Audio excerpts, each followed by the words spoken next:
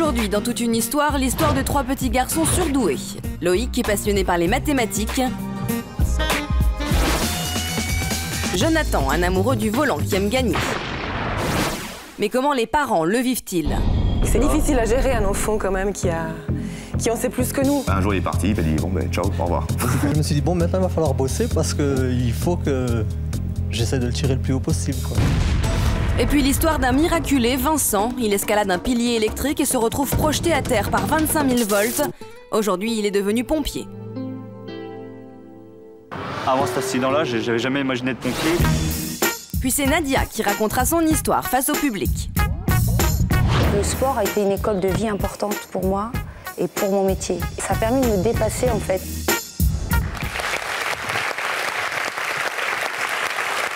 Merci pour nos invités, bonjour. Samuel? Oui. Quel âge, Samuel? 31. Mais d'où? Le Valois. Vous faites quoi dans la vie? Intérim, contrôle gestion. Vous avez déjà une belle histoire à nous raconter, vous? Aujourd'hui? Une autre fois? Si, ouais. Quand j'étais petit, j'ai fait une descente avec un âne qui a descendu la moitié du pré et je me suis vautré à la moitié du pré, quoi. Une petite histoire. Et alors? Et alors, c'était une petite histoire. C'était la petite histoire du jour. Madame, mademoiselle, monsieur, bonjour et bienvenue. Pour commencer, toute une histoire aujourd'hui. L'histoire de Loïc et de sa maman Véronique. Loïc a 10 ans, c'est un petit garçon, un petit génie des maths. Il calcule plus vite que l'éclair. Il a compris très tôt comment fonctionnaient les racines carrées. La question qu'on se pose aujourd'hui, c'est comment faire avec un enfant précoce. Un enfant sur 50 est précoce. Ça signifie à peu près un par classe, des enfants qui sont brillants, qui sont curieux, qui sont constamment avides de connaissances, mais pas toujours faciles à élever pour les parents. C'est ce que nous allons voir tout de suite dans cette émission. Voici l'histoire de Loïc et de Véronique. J'ai 2 enfants, Sven qui a 8 ans et demi et puis Loïc qui a 10 ans. Puis c'est 2 garçons qui sont très très différents l'un de l'autre. Sven, c'est un garçon plus classique qui aime le foot, qui est pas trop passionné par l'école. Et Loïc qui adore les maths, qui est assoiffé de connaissances. Moi, ma passion, c'est les mathématiques. Mes parents, ils aiment pas ça. Je sais pas pourquoi, je trouve ça cool. Les maths, c'est vraiment pas mon truc. J'ai toujours eu la moyenne à l'école et en trichant encore. Mais je déteste les maths et puis j'y comprends rien à rien. Et puis je l'envoie chez son père quand je sais pas quoi faire. Maman, moi je crois que c'est 12 villes qui ont la plus forte augmentation. Toi, t'en penses quoi? Je lis l'énoncé. Bon, voilà Loïc. Je sais pas trop comment on fait. Je sais pas. Tu verras avec ta maîtresse demain, d'accord? Hein? Écoute, moi je sais pas Loïc, hein. C'est la maîtresse de Loïc qui a détecté son don pour les maths. C'est elle encore qui l'a inscrit à son premier concours international de jeux mathématiques. 2 jours entiers de compétition, de problèmes, de fractions et de règles de 3. J'ai trouvé ça sympa. Il y avait plein de monde. Là-bas, il y avait des Italiens, des Français, des Ukrainiens, des Tunisiens. Il y avait du monde, des passionnés de maths. Puis j'ai trouvé ça sympa, puis je suis arrivée 5e. J'étais un peu déçue parce que le premier jour, j'avais mieux réussi, puis le deuxième, un peu moins. J'avoue que là-bas, moi, je me sentais un petit peu isolée parce que tout le monde était avec ses bouquins de maths, à chercher les réponses et tout ça. Puis moi, il y avait que des intellectuels. Et moi, je préférais lire un magazine People que de chercher les réponses ou d'aller à la bibliothèque. Je suis fière de lui, mais je me demande toujours d'où est-ce qu'il tient ce don. En tout cas, c'est pas grâce à moi, hein, ni à son père, je crois. On va accueillir Véronique et Bill Gates et Loïc.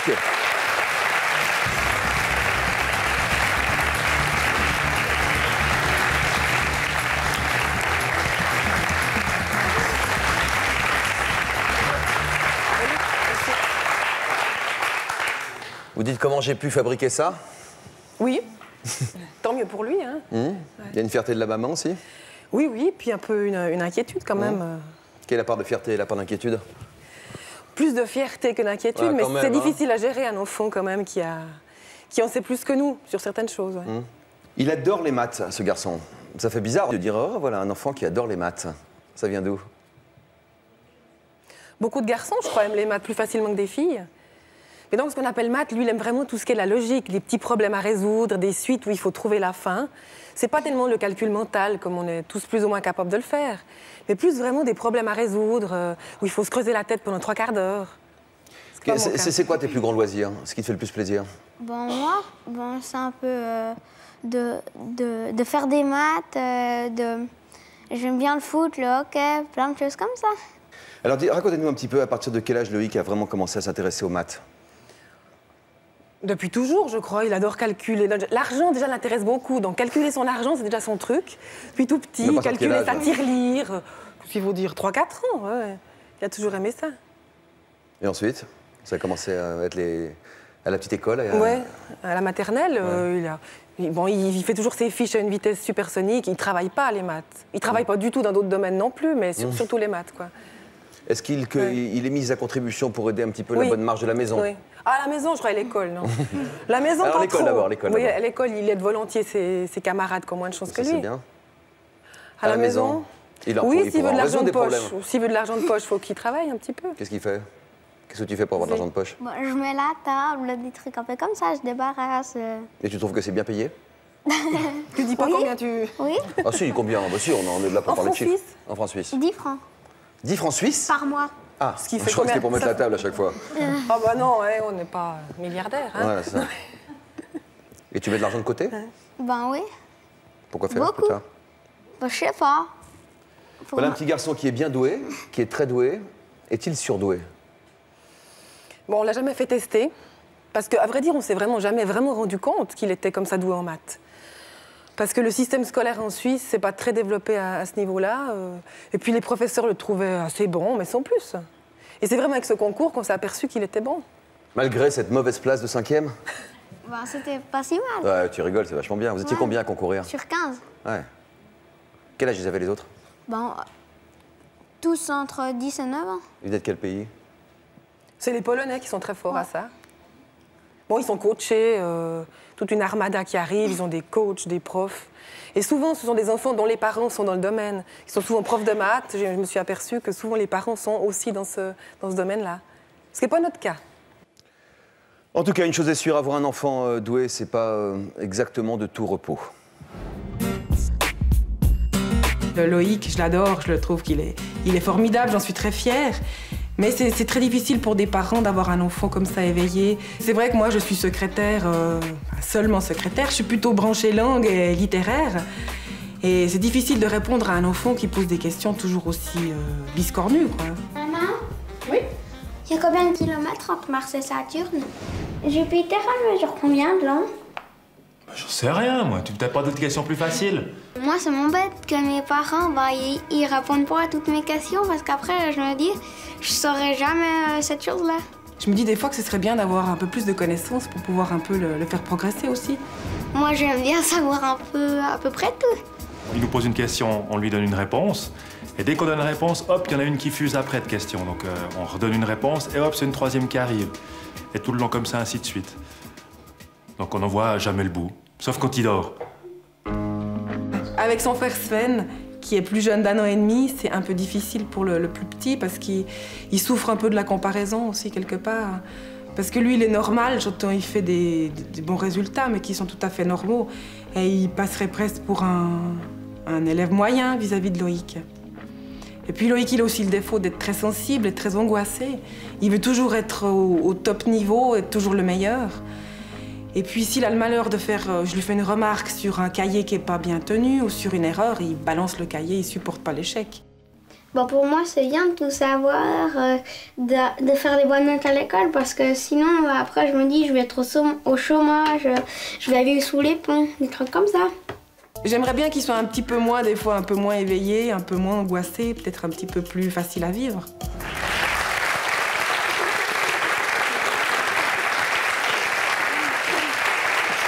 Tu vas faire quoi plus tard? T'as peur d'être au chômage? Ouais. C'est vrai? Ben, quand même. Tu penses à ton avenir comme ça? Oui. Mais tu crois que tu profites suffisamment de ta vie de petit garçon? Ben, quand même, oui. Je vais souvent jouer dehors. T'es pas tout à fait un adulte encore. Non. Qu'est-ce que tu feras plus tard? Avocat, peut-être. C'est pas une affaire de... Oh, ça peut, avocat d'affaires. J'allais dire, c'est pas une affaire de chiffres, ça peut. Non, mais il veut toujours un travail qui rapporte beaucoup, qui n'a pas trop à travailler. Oui. C'est ce qu'il dit Pourtant, il toujours. travaille beaucoup. Il étudie beaucoup. Non. Non. Je trouve pas qu'il travaille beaucoup, non, non. Quelle différence vous faites dans l'éducation que vous donnez à vos deux fils? Loïc, il demande beaucoup plus d'attention, forcément, avec ses questions permanentes.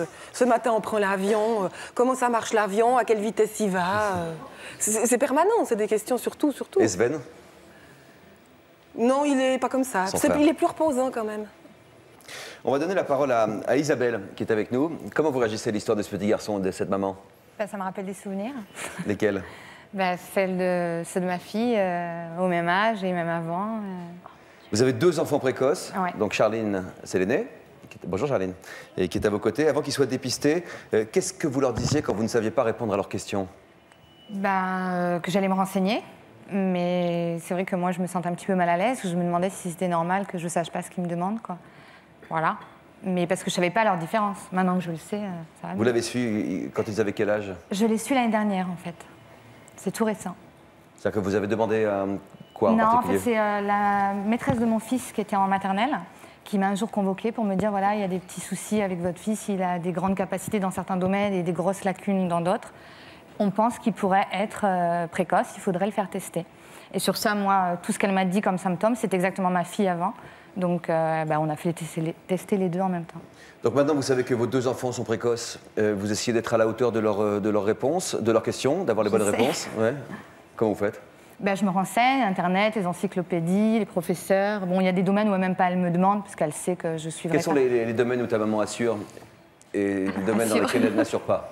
En anglais ou en anglais, ouais, en anglais et en langue en fait. Elle est douée.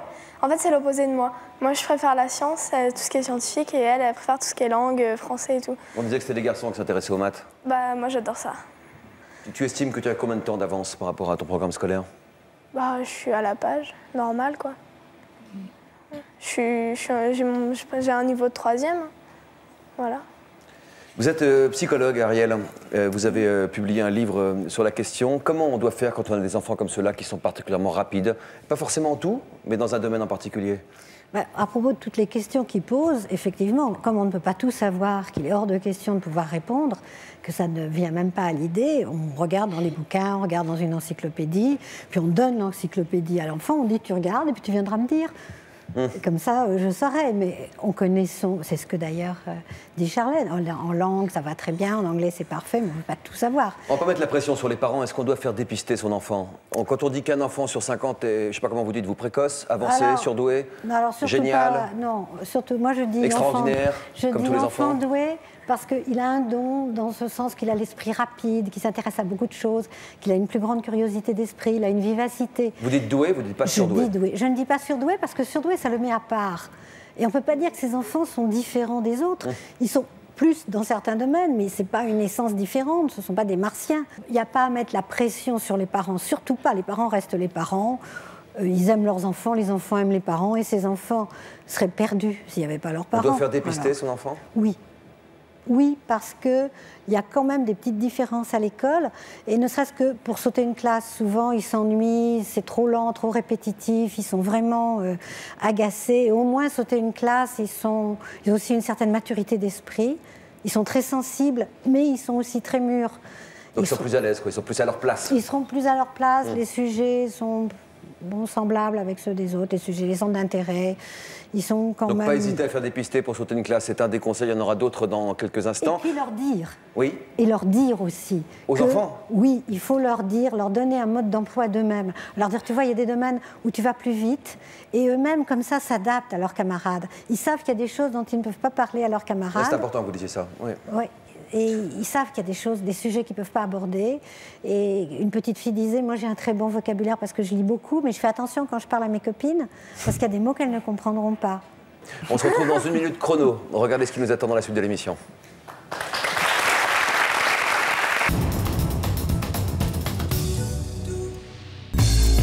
Dans un instant, l'histoire de Jonathan, un amoureux du volant qui aime gagner. Votre papa, c'était vraiment un grand rêve. Je suis un petit peu descendu de mon piédestal et après une petite gifle, quoi, une petite claque. Et puis l'histoire de Belle-Elle qui aime aussi rivaliser avec son père, mais aux échecs. J'ai fait les maths. Dès que j'ai commencé à jouer aux échecs, c'était pour battre mon papa. Et ensuite l'histoire de Vincent, un miraculé électrocuté par 25 000 volts. Aujourd'hui, il est devenu pompier. Moi, ils m'ont sauvé. Donc maintenant, est-ce que je vais faire la même chose qu'eux, quoi? Puis c'est Nadia qui racontera son histoire face au public. Qu'est-ce Est-ce que vous sentez bon? Excusez-moi, je là parce que la télé n'est pas encore en olfactif. J'ai la chance de ne pas être trop loin de Nadia, mais vous sentez, non? C'est parfait. Une autre question? Ça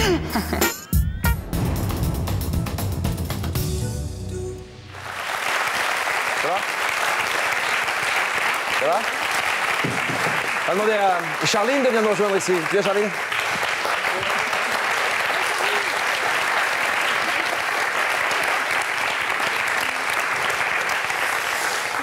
C'est la question qu'évoquait Ariel juste avant la coupure. Comment tu t'es rendu compte que tu étais précoce? En faisant les tests. À quel âge? 12 ans et demi, l'an dernier, quoi. Tu les as fait où? À l'école ou? Non, chez une psychologue, à Nice. Ce sont des tests qui se passent comment? En fait, il y a plusieurs parties. Je crois qu'elle nous pose des questions, il y a des problèmes à résoudre, des trucs comme ça. Et quels ont été les résultats? Que j'étais plus douée que la moyenne, en fait. On va dire ça comme ça. Et comment tu l'as pris, cette info? Bien. Ça m'a pas... Ça t'a fait plaisir? Non, pas spécial. Enfin, ça a rien changé, quoi. C'était pas... Ça n'a rien changé dans tes relations avec les autres enfants? Non. C'est un peu ça sur le point sur lequel vous insistiez? Les filles ont des copines beaucoup plus facilement. Que les garçons? Les femmes aussi ont des copines beaucoup plus facilement. Les garçons ont plus isolés? Plus de mal à s'adapter. Et quand on donne un mode d'emploi, quand on donne une explication, une grille, on dit voilà, c'est normal, il y a des choses tu ne ressembles pas tout à fait aux autres, ça les soulage parce que les autres peuvent les regarder avec un peu d'étonnement. Savoir tout ça, ça a changé quelque chose avec tes parents? Avec ta maman? Ouais, parce qu'à un moment, on s'entendait pas, il y avait toujours, on se criait dessus, enfin voilà. Et puis après, elle a compris, et puis moi, je me suis calmée. Enfin bon, maintenant, ça va mieux, quoi. T'as l'impression qu'elle est un peu larguée, parfois? Non, pas larguée, mais bon, c'est sûr que sur certains domaines, elle peut pas trop m'aider, quoi. Tu dis qu'elle sèche, parfois? Ouais, voilà. Mais bon, en même temps, elle peut pas tout savoir. Hein. Est-ce que t'as l'impression qu'elle essaie de se dépasser, elle aussi, pour pouvoir être à la hauteur? Ouais, un peu. Enfin, c'est normal, parce qu'en plus, elle sait que ça m'énerve quand elle sait pas, donc voilà. Donc? Donc j'apprends, hein. Donc on passe à l'école, vous? Voilà, mais c'est bien. En plus, moi, ça me permet de combler les lacunes que j'avais, justement. Mais en fait, c'était pas des lacunes, puisqu'apparemment, plein de gens sont comme moi et ne percutent pas sur toutes les questions qu'elle a. Mais du coup, ça m'intéresse. Vous êtes loin d'être nul, hein? Bon, merci, ça va. Quels sont les domaines sur lesquels vous devez travailler? C'est la rentrée pour tout le monde, même pour les parents. Hein. Non, elle maintenant, comme elle vous a dit, elle me demande plus pour certains domaines parce qu'elle sait que je suis larguée là pour de bon, quoi. Mais par contre, il y a d'autres domaines dans la vie de tous les jours où elle n'a pas encore appris, donc là, je peux lui apprendre. Comment tu fais pour être indulgente avec ta maman? Pas trop lui mettre la pression, quoi. En fait, quand je lui demande, elle me dit cherche toute seule. Quand elle sait pas. Bon, quand elle sait, elle me répond, mais quand elle sait pas, elle me dit cherche et après, elle me demande la réponse et voilà. Il y a des trucs un peu plus compliqués que tu ne lui demandes pas? Trigonométrie? Non, mais j'ai pas besoin de lui demander en fait. Pourquoi? Parce que. Ça va toute seule? Ouais, en général, ça va. En tout cas, je vous félicite. Merci Véronique, merci Loïc, merci Charline. Merci aussi à Isabelle. Je pense que l'histoire qui va suivre va vous intéresser. C'est l'histoire de Franck et de son fils Alex. Toi, là, t'as la jauge à huile, t'as toutes les courroies de distribution qui sont en dessous, là, t'as les arbres à câbles. Les 6 cylindres, ils sont en V. Il a 24 soupapes. Dans la famille de Franck, on se passionne pour la mécanique et les voitures de père en fils. À 12 ans, Alex est déjà un pilote de kart chevronné, comme papa. La passion du karting, de la voiture, c'est papa. Et ça fait vraiment plaisir, ça fait chaud au cœur parce qu'en définitive, on partage une passion commune qui moi, m'est chère, donc ça nous rapproche énormément. C'est quelque chose qu'on a nous deux, quoi. C'est une fierté de le voir faire du kart aujourd'hui, surtout qu'il se débrouille plutôt pas mal.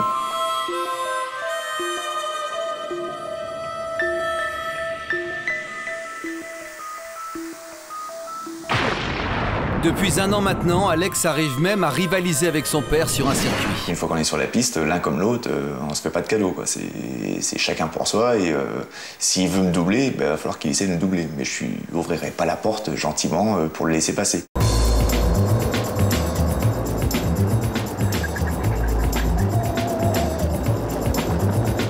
Il a voulu mettre son vieux père dehors. On se bagarre vraiment, quoi. C'est comme Schumacher et Alonso. On en fait, on roulait ensemble systématiquement. Je faisais en sorte qu'il essaie de me suivre pour lui montrer par où il faut passer, à quel moment il faut freiner, etc.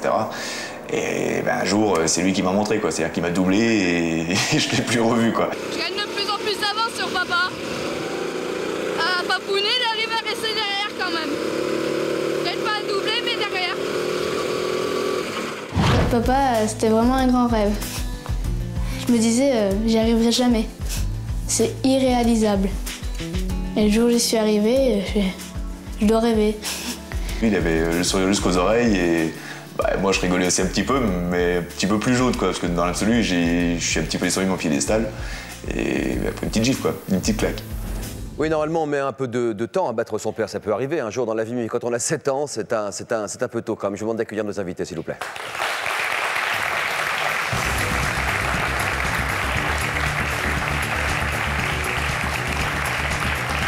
Ça va, champion? Bonjour. Ouais, il y a un moment où vous avez été vexé. Un petit peu, oui. Ça arrivait tôt, hein? Oui, un peu trop tôt, oui. Un peu trop tôt, mais bon, on ne choisit pas, hein. C'est le genre de choses qui vous arrivent comme ça. Comment vous avez géré votre vexation vis-à-vis de votre fils? Sur le coup, j'ai rien dit, voilà. Enfin, c'est un mélange de deux choses. C'est une petite vexation avec beaucoup de plaisir en même temps, parce que c'est vrai que la finalité, dans l'absolu, c'était qu'il finisse quand même par battre son vieux papa. Ouais. Mais il est jeune, son papa, il n'est pas vieux. Oui, aussi, oui. Enfin bon, on a l'âge de César Terre. Ceci dit, c'est aussi une remise en question parce que, bon, on voit son enfance, un petit garçon. On le voit plus après de la même œil, puis on a l'impression qu'il ne nous voit plus non plus de la même façon, quoi.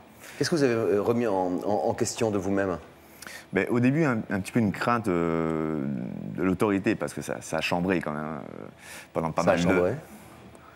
Oui, ça a chambré parce que... J'aime bien le chambrer parce qu'en fait, devant ses amis, c'est comme ça, après, on va avec ses amis au karting et par exemple, je montrais que je suis plus fort que lui. Chambrer ton père devant ses propres amis? Ouais, c'est marrant, je trouve. Non mais slash, hein. Lui foutre la honte devant ses amis, c'est marrant ça? Pour moi, oui. Tu fais de la casse? Ouais, cassé. C'est important de gagner l'un contre l'autre? Il y a un esprit de compétition entre vous deux? Oui, c'est comme Schumacher et Alonso. C'est on se bagarre, quoi. On se laisse pas passer. On a beau être dans la même équipe? Ouais, on a beau être dans la même équipe, mais c'est comme un entraînement, quoi. C'est comme si c'était celui qui gagnait le championnat du monde.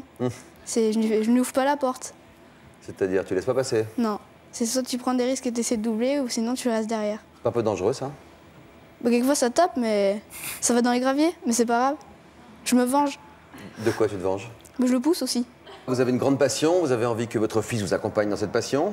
Oui. Vous mettez en compétition avec lui, et puis il vous a battu plus vite que prévu. Ben voilà, un jour il est parti, il m'a dit bon ben ciao, au revoir. Je suis resté derrière. Je n'ouvrirai pas la porte, même à mon papa. Et qu'est-ce que tu as ressenti la première fois que tu as battu ton père? Ben, quand je suis arrivée dans l'instant pour arrêter le moteur, j'ai cru que je rêvais, je me suis mis une claque et je rêvais pas. Et là, ça m'a fait un vide dans le ventre. Pourquoi c'est si important pour toi de battre ton père? Parce que c'est lui qui m'a appris, et je pensais pas le battre un jour. Et pourquoi c'est si important? C'est inimaginable. Qu'est-ce que ça représente? Vous faisiez la différence entre les petits garçons et les petites filles tout à l'heure. Oui, là c'est très très spécifique, mais je crois que ça veut dire que le papa est un excellent professeur. C'est la première chose qu'on peut retenir. Merci madame. Bon prof. Voilà.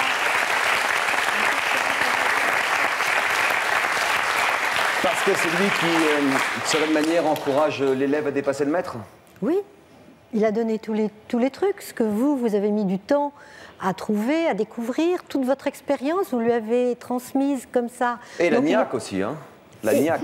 Voilà, il est parti avec tous les atouts que vous avez dû accumuler, vous avez dû vous construire. Lui, il a tout eu.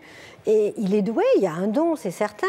Mais il y a aussi une transmission. Vous n'auriez pas été champion de votre côté, il n'aurait pas été aussi bon maintenant. Hein. Ah, c'est beau aussi, ça. Si, mais en plus, madame me dit que je suis champion. Alors. Oui, c'est ça, voilà, exactement. Je suis comblé.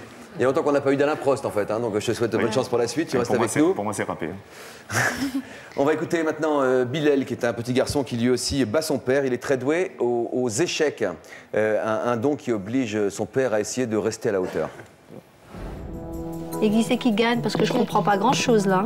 C'est moi qui gagne. Je joue aux échecs depuis 3 ans. Dès que j'ai commencé à jouer aux échecs, c'était pour battre mon papa. C'est vrai, il a progressé, c'était vraiment son moteur, hein, Bilal, hein. Dans sa tête, c'était battre papa, je veux battre papa. Dans une compétition, le but de Bilal, c'est de battre son père et de terminer aussi premier dans sa catégorie. J'ai fait le championnat du Bas-Rhin, d'Alsace, de France et du monde. Oui, je reconnais que Bilal est plus fort que moi. Moi, ce qui me déconcerte, c'est son aisance à déplacer les pièces. Il est doué, surtout dans les parties rapides comme ça, et il calcule très vite. Quand Bilal bat son père, je suis vraiment très contente, je suis fière. Échec et maths. Bravo. Bien joué.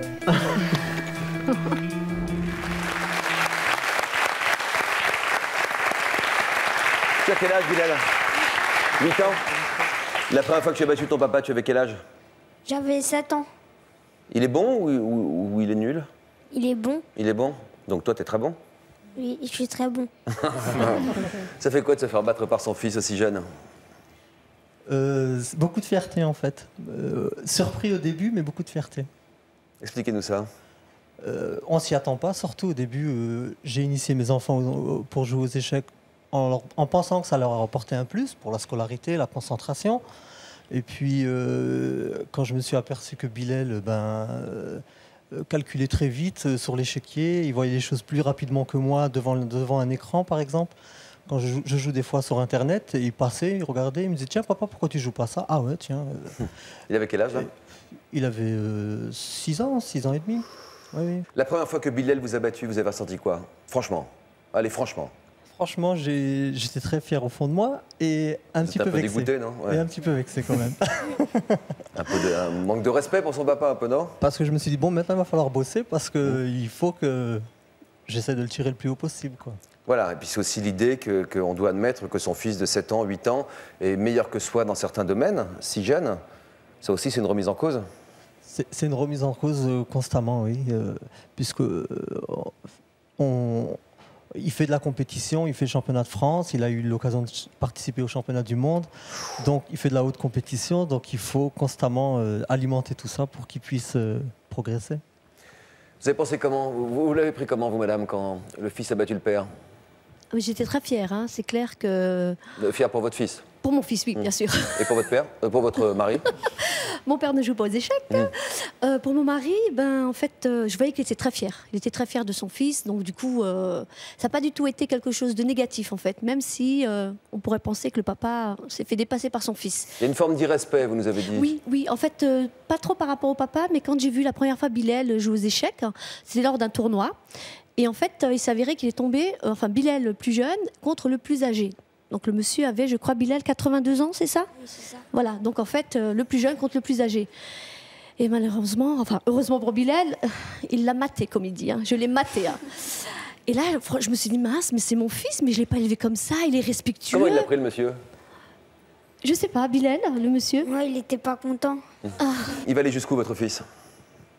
Par rapport aux échecs ou...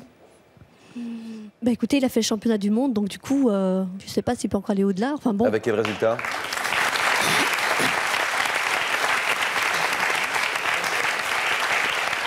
Bilal, quoi? Quel résultat? 82e mondial. Sachant qu'il a été surclassé, hein, parce qu'en fait, Bilal est en catégorie il est petit poussin, et ça n'existe pas au championnat du monde. Donc il a dû être surclassé. Ça veut dire qu'il était en compétition avec des enfants de quel âge? Avec des enfants en moins de 10 ans. Entre 8 et 10, donc plus âgé que toi. Voilà, c'était l'année dernière, donc Bilal avait 7 ans. Comment faire quand on a un enfant qui nous dépasse, quel que soit le domaine? On l'encourage, mais comment faire pour qu'il ne se sente pas trop grand, plus grand? On le soutient. Si les parents n'étaient pas là, il n'en serait pas là non plus. Donc on le soutient, c'est vraiment une équipe. Les parents forment équipe, c'est exactement ce que vous faites. Vous le soutenez, vous êtes heureux et de le voir progresser, mais il a besoin aussi, il a besoin du soutien de ses parents. Mais Alex et Bilal qui sont contents de battre les adultes, leur père en particulier, comment ça s'explique? Content, il y a le plaisir de gagner, l'enjeu, d'avoir la victoire. Mais Alex a bien dit qu'il avait eu un grand vide, qu'il a eu un vertige. Je pense que la première fois que ça arrive, l'enfant doit avoir quelque chose comme un vertige. Parce que où il est là, il perd. C'est comme s'il perdait le guide, la protection, quelqu'un qui normalement marche devant. Tout d'un coup, c'est lui qui est au premier plan. c'est pour ça qu'on doit continuer à le protéger, à s'occuper de lui. Ça reste un enfant de son âge, en dehors de ça, en dehors des échecs ou du carton. T'es un enfant, Bilal? Oui. Tu restes un enfant? Oui, je reste un enfant pour l'instant. Et ça va durer pendant combien de temps? Encore un peu longtemps. Jusqu'à quel âge? 8 ans. Jusqu'à quel âge tu serais un enfant? Jusqu'à 18 ans. J'ai l'impression que plus votre fils prend confiance en lui, plus c'est difficile pour vous quand même de garder votre place. Oui, en effet, de garder sa place. Enfin, en fait, j'ai surtout eu peur de la perdre, plus que de la garder. Je pense que la place, on la garde, en fait, on reste le papa. C'est l'impression? Disons qu'en tant que papa, on est sur un piédestal, quoi. Le regard du père pour le fils et vice-versa, elle est ce qu'elle est. Et le fait de perdre, alors que, justement, c'est moi qui le guidais, comme le disait Ariel, tout à fait, tout à l'heure, on se dit, tiens, il ne va plus me regarder de la même façon. Donc, on a cette petite inquiétude de ne plus être ce qu'on aime être. Et depuis pas mal d'années.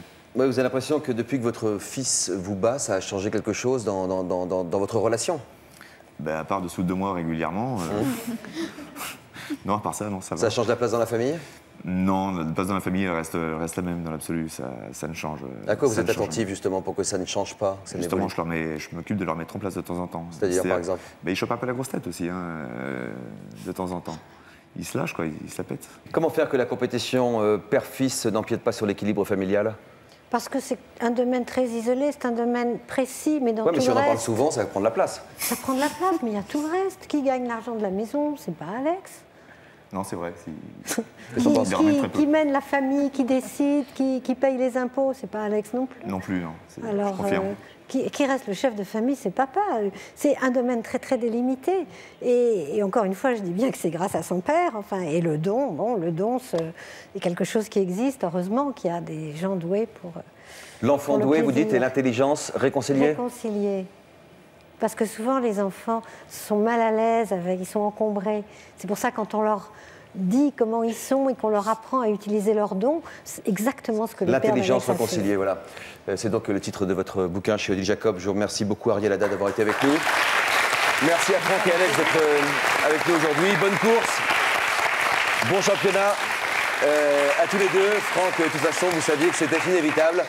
Un jour, Alex allait vous battre, c'était dans l'ordre des choses. Il l'a fait un petit peu plus tôt que prévu, mais tant mieux pour lui. C'est le signe qu'il est très doué et qu'il est certainement un très bon professeur, la personne de son père. Nous allons maintenant écouter l'histoire de Vincent.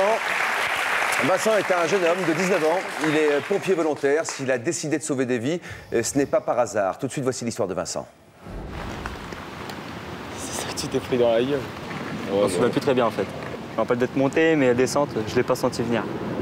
Il y a eu une putain d'éclair, mon gars. Après, ça pue le cramer, un truc de ouf. Le 15 septembre 2004, Vincent escalade un train dans une gare désaffectée pour regarder les étoiles et puis c'est l'accident. Une décharge de 25 000 volts lui traverse le corps sous les yeux de ses amis. Je me souviens juste de m'être levé pour voir Alex et les autres. Mais à ce moment-là, c'est un flash que j'ai vu à la place. Comme un feu d'artifice où quand ça pète, on sorte de flash un éclat. Et là, je me sens tomber. Et là, après, c'est le trou noir, j'étais dans le coma. Quand Vincent est tombé, j'ai pas cherché à le toucher, j'ai préféré appeler les pompiers tout de suite. J'avais peur, quoi. J'ai cru qu'il allait mourir. Quand on est arrivé, on se demandait s'il allait pouvoir survivre à ces brûlures. Parce qu'il hurlait, il était bien brûlé. Il avait les vêtements brûlés, même il n'avait peut-être plus les chaussures, ils étaient enlevés déjà. Ils ont dû fondre avec... Ah, il était bien abîmé. Brûlé au 2e et 3e degré sur plus de la moitié de son corps, Vincent est transporté d'urgence à l'hôpital. Ils essayaient de me maintenir en vie, parce que j'étais entre la vie et la mort. Quand c'est votre propre enfant, votre propre chair, vous vous dites c'est pas possible. On préférerait mieux que ça nous arrive à nous, à la limite. Je me réveille 2 jours plus tard, je suis seul dans une chambre. Alors là, je commence déjà un peu à paniquer, je me demande ce que j'ai fait comme bêtise encore. Et je découvre un corps qui s'est fait frapper par un arc électrique de 25 000 volts. Il m'a tapé dans la tête et sorti par la plante de mon pied gauche. C'était pas beau à voir, c'était noir, brûlé. J'étais paniqué, ça m'a direct pris au cœur, ça m'a dégoûté. Tellement que c'était rongé. Je me crois dans un film d'horreur, c'était... Il l'a mis dans une chambre stérile, donc il fallait passer par un sas et tout pour voir Vincent. Et là, Vincent, il avait pris plus de 20 ans. Le visage avait gonflé, il était des bandes partout, des machines. Les médecins, ils m'avaient dit que j'avais 3 mois à tirer pour que les plaies se cicatrisent bien. Mais en fait, arrivé là, au bout de 3 semaines, je suis sorti parce que mon corps a très bien cicatrisé. J'ai même pas eu besoin de greffe. J'aurais dû normalement plus avoir de cœur ni de poumon, tout aurait dû être atteint. Et là, le médecin il me dit, t'es la première personne que je vois comme ça, t'es miraculé. Quand elle est sortie de l'hôpital, c'était la date de mon anniversaire. Les gens ont offert beaucoup de cadeaux et moi, je voyais pas nécessairement le besoin d'avoir des cadeaux, parce que le seul cadeau que j'avais eu, c'était la présence de mon fils, qui était toujours vivant, et c'était le plus important pour moi. Quand je vois l'état de mon corps maintenant, quand je vois que j'ai aucun organe touché, quand je vois que je peux encore courir, que je peux faire ce que je veux, comme tout le monde, le mouchoir c'est petit avec moi à ce moment-là. Les médecins ils ont eu raison, c'est un miracle. Ah, je vous demande d'accueillir Vincent.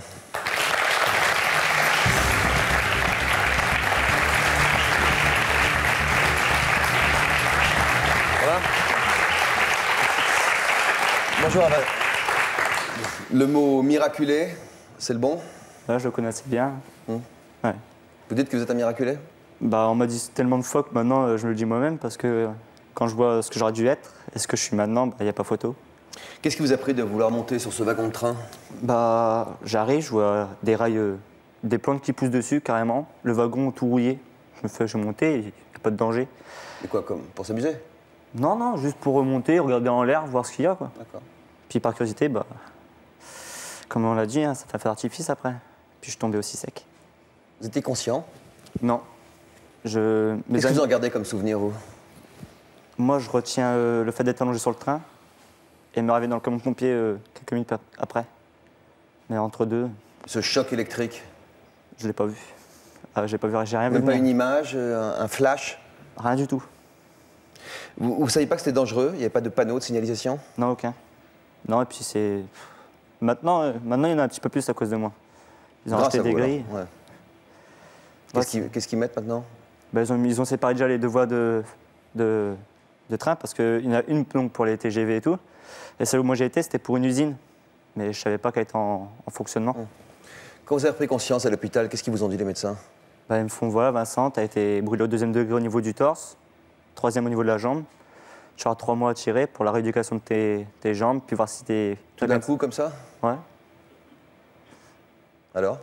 Bah alors, la provision du tort, apparemment. Parce que 3 semaines plus tard, j'étais en train de courir dans les couloirs. Ils me voulaient passer des béquilles, je pouvais pas, je peux pas supporter les béquilles. Ouais, vous avez de la chance de ne pas avoir à les supporter, déjà. Ouais, déjà aussi. Vous vous sentez comment physiquement, là? Là, comme tout le monde. Et quand vous touchez votre torse, ça fait quoi? Ça fait rien du tout, c'est la peau. Maintenant, c'est juste qu'il faut attendre que les... En fait, c'est sous ma peau. C'est rouge parce que les vaisseaux, ils sont encore... Ils ont explosé, en fait. Il faut attendre qu'ils se ressoudent. Qu'est-ce que vous en pensez, Patrick? Vous êtes donc pompier, vous êtes le père de la petite amie de Vincent Edwige. Oui. Vous étiez sur les lieux de l'accident? Je suis allé sur les lieux de l'accident, oui. Vous l'avez trouvé dans quel état? Ah ben moi, quand je suis arrivé sur les lieux de l'accident, bon, ben, il était déjà à terre, hein, il hurlait tellement que ça lui brûlait. Puis bon, ben, il y avait les vêtements, tout ça, c'était brûlé. Il était pas beau à voir. Ça fait quoi d'entendre parler de vous comme ça? C'est bizarre. Parce que moi, pour moi, c'est... Enfin, je sais pas. J'ai pas vu ça arriver comme ça. Vous avez l'impression qu'on parle de quelqu'un d'autre? Bah, moi, j'ai l'impression d'avoir été malade et puis ça s'est guéri, quoi. Comme une grippe. Combien vous avez pris de volts? 25 000. C'est-à-dire quand on met les doigts dans la prise, c'est 220, c'est ça? Ouais, mais c'est pas le plus important. Ah bon? C'est l'ampérage qui compte. Et alors le corps humain, il supporte 0,2, 0,5. Ouais. Moi, j'ai pris 36. Cet accident, c'est peu de le dire, a totalement changé votre vie, passé si près de la mort. Ça vous a donné envie de vous occuper de la vie des autres? Un petit peu, beaucoup, oui. Devenir pompier? Voilà l'histoire de votre vie. Avant cet accident-là, j'avais jamais imaginé être pompier. Arrivé à l'hôpital Cochin, j'ai rencontré un médecin qui m'a parlé de son métier, comme quoi il voyait tous les jours des jeunes comme moi brûlés. Puis il m'a expliqué son métier, donc sapeur-pompier. Il m'a donné le virus. Quelques mois après, je tombe amoureux d'une fille. Comme par hasard, son père il était pompier volontaire dans mon village. Du coup, je lui ai demandé si je pouvais faire partie du corps. Quand il m'a demandé qu'il voulait devenir pompier, bon, j'ai demandé si c'était vraiment sûr. Puisque bon, la vie de pompier, c'est pas marrant tous les jours, hein. On fait de drôles de trucs quand même. Donc il faut avoir le cœur bien accroché. Et depuis, j'ai pas lâché, je suis accro.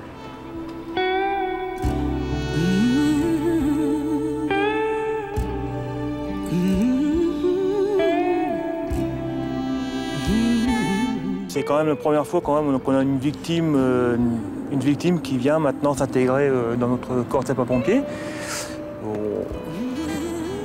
Il est carrément maintenant partie intégrante de notre corps, hein, sapeurs-pompiers. Quand je suis pompier, je suis comme tout le monde. Il n'y a pas de « je suis brûlé, je peux pas faire ça ». Il y a quelqu'un qui a un problème, il faut que j'aille aider, point final. Les pompiers m'ont sauvé la vie. Et quand je vois ce qu'ils ont fait avec moi, je me dis que je peux faire pareil avec des autres personnes. Le malheur fait bien le bonheur. Je suis content d'avoir rejoint le corps de Rancini. Et je remercie tous les pompiers qui sont avec moi en ce moment. Bravo. Je vous félicite parce que vous n'étiez pas obligé de le faire. Vous n'étiez pas obligé d'avoir envie d'aider les autres. Vous vouliez devenir pompier volontaire avant cet accident? Non, pas du tout. Je voyais pas du tout ça comme ça. Je voulais aller à l'armée. Donc c'est plutôt deux chemins différents. C'est-à-dire c'est des uniformes quand même. Ouais, mais c'est pas le même ordre. Là, on aide beaucoup plus les gens que l'armée, c'est plus l'État, défendre. Le pays, la nation. Drapeau. Et le pompier? Le pompier, c'est plus, il y a une victime devant nous, il faut la... Plus les personnes, plutôt que le pays. Voilà, c'est plus humanitaire qu'autre chose, quoi. Vous serez pompier toute votre vie? Je suis parti pour un. Vous avez déjà sauvé des vies dans votre métier? Je commence seulement. J'ai déjà eu un diplôme, mais il me faut le deuxième pour vraiment bien toucher aux victimes. Mais ouais, j'ai fait quelques trucs. Cette semaine, un accident sur la déviation, un malaise sur une voie publique. Alors? J'adore ça. Non, vous adorez pas les accidents? Non, j'adore aller sauver les gens sur cet accident. On a l'impression que c'est presque une chance pour vous, cet accident, que ça vous a permis de vous révéler.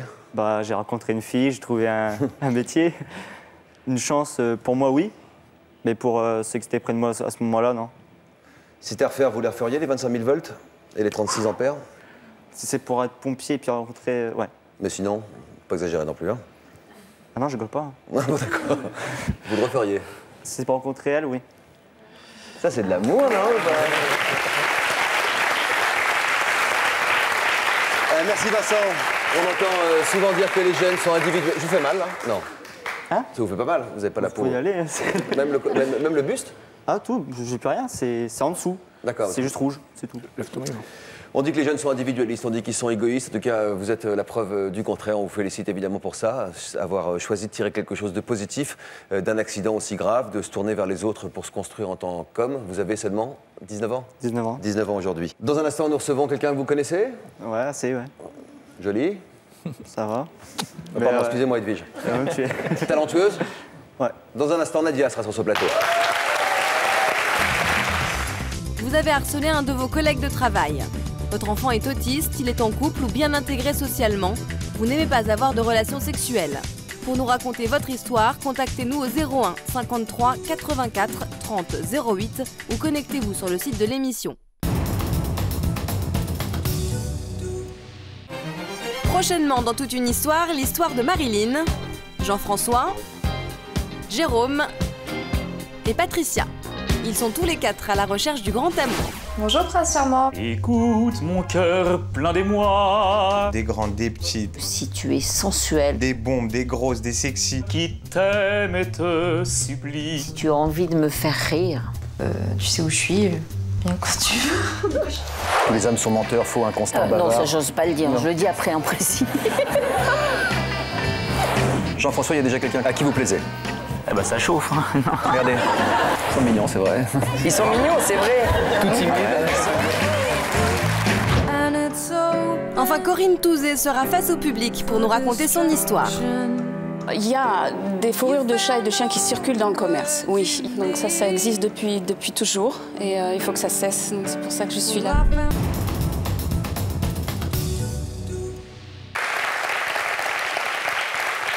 Allez toujours plus loin. Aller toujours plus loin, se dépasser sans compter, elle connaît bien. La jeune femme que nous recevons aujourd'hui a été championne de France du 800 mètres. Aujourd'hui, c'est une maman forte qui élève toute seule son enfant de 7 ans. Je lui demande d'accueillir Nadia.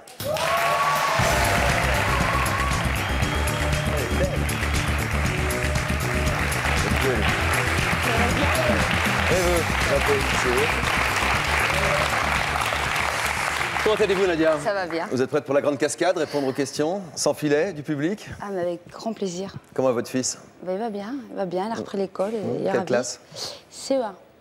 La rentrée s'est bien passée? Super. Vous avez été l'accompagner à l'école? Ah, mais bien sûr. Vous avez été le chercher à l'école? Oui. On vous a demandé de nous apporter un petit objet fétiche qui vous accompagne. Qu'est-ce que c'est? Alors ça, c'est... je donne beaucoup de pouvoir aux mots, comme je l'ai assez dit, je pense, que ce soit dans mes chansons ou dans ce que je peux dire à la presse. C'est mon petit Coran, voilà, qui est tout le temps dans mon sac. Et quand je change de sac, il est toujours là. Quand je dors, il est en dessous de mon oreiller. Voilà, c'est de par ce qui est écrit. Et voilà. Ça vous soulage? Ça vous... Ouais, c'est les vibrations qui sont dans ce petit livret, ouais, qui me font me sentir mieux, ouais, bien. Alors votre nouvel album est sorti juste avant l'été, avant la rentrée. Son titre, Nadia, tout simplement, on regarde un extrait d'un de vos clips, Amis ennemis.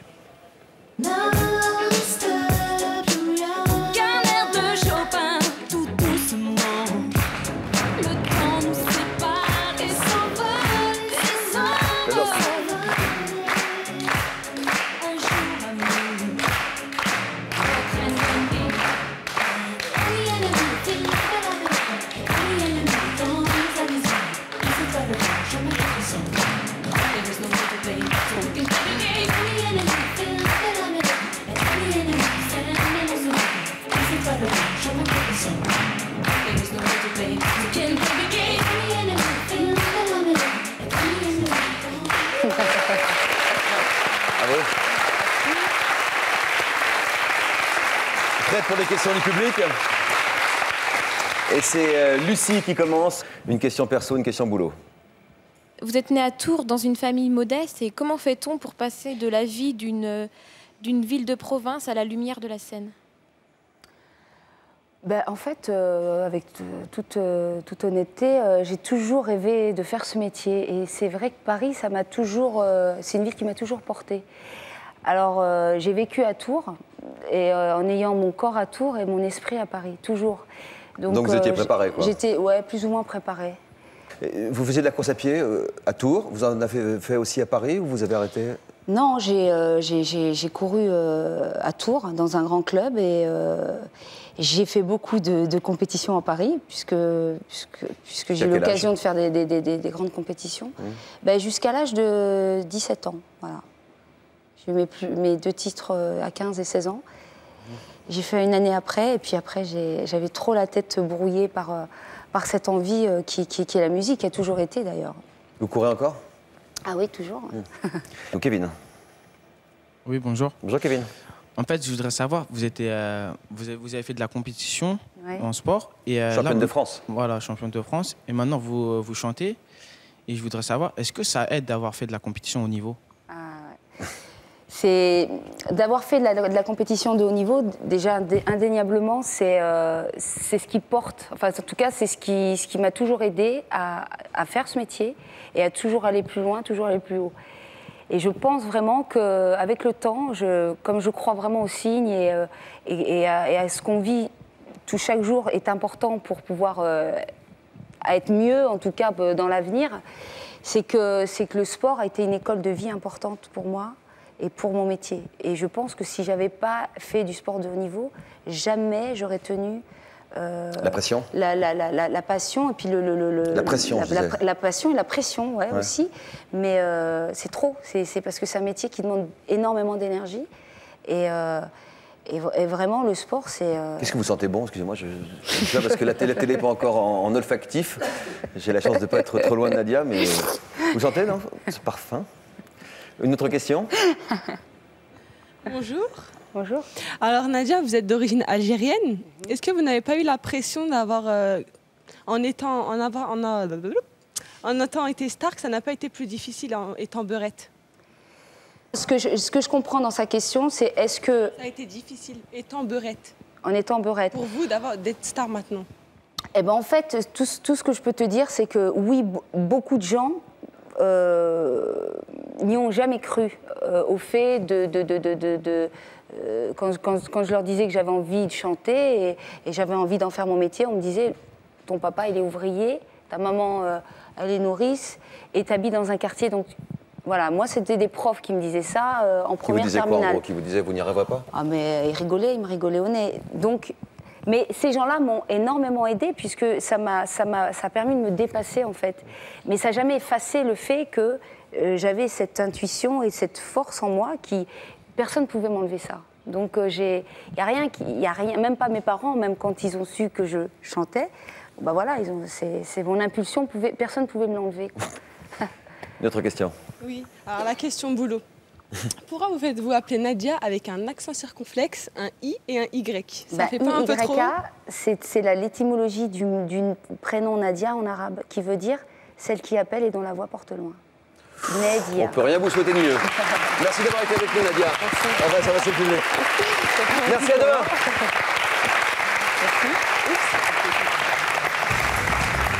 Elle a répondu à vos questions.